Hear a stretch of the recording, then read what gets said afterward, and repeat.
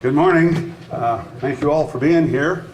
And I was just explaining to folks that I kind of look at this session and I know I'm going to be asked to put a grade on it. And I'm going to have to revert back to my high school days when I got a grade per subject. So breaking it down, I would say the education got an absolute A, excellent. In fact, if there's a higher grade than that, I would give it. I think we started the session understanding that we needed to keep past promises. We worked hard to make sure that we got that, and it was reflected for the most part in the votes in both the House and the Senate that put us on a course to satisfy the task force recommendations. And the task force recommendations were the result of a lot of hard work by all the stakeholders. And so I would give the education portion of the grade an A.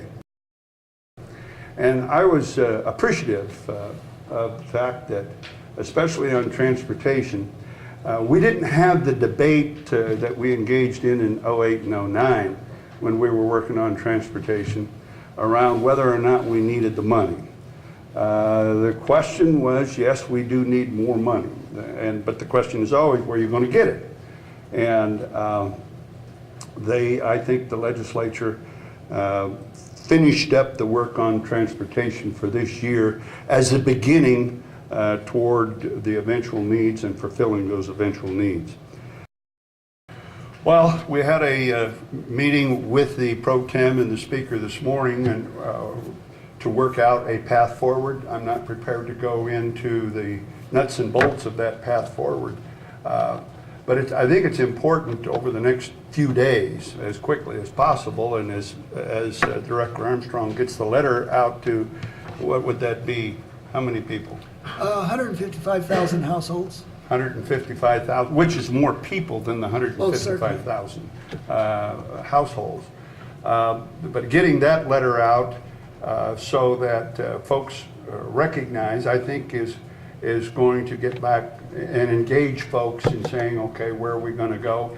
And putting the kind of emphasis on the failure of 1067 that we have already started to receive input from. I'm not prepared to stand up here today and tell you I'm going to call a special session, because I think there's a lot of homework for us to do in order, if we were to have a special session, to have a successful one that the folks are informed, one that they understand all the nuances, that they understand the pros and cons, and engaging the legislative leadership, the legislative committees, health and welfare, on the issue, so that as we do go forward, we're not, it's not another issue that we short stroke. That was one of the complaints that we had, but I would remind you that the bill was introduced in the early part of February. In fact, I think February 12th. It actually came out of committee on March 11th in the Senate.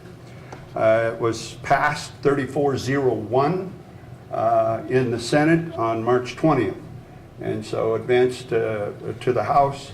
And so I would hardly call that a late night effort for us to, quote unquote, pull the wool over somebody's eyes. So I don't want to be accused of that again. So it's going to be a very deliberative and engaging process with all the stakeholders.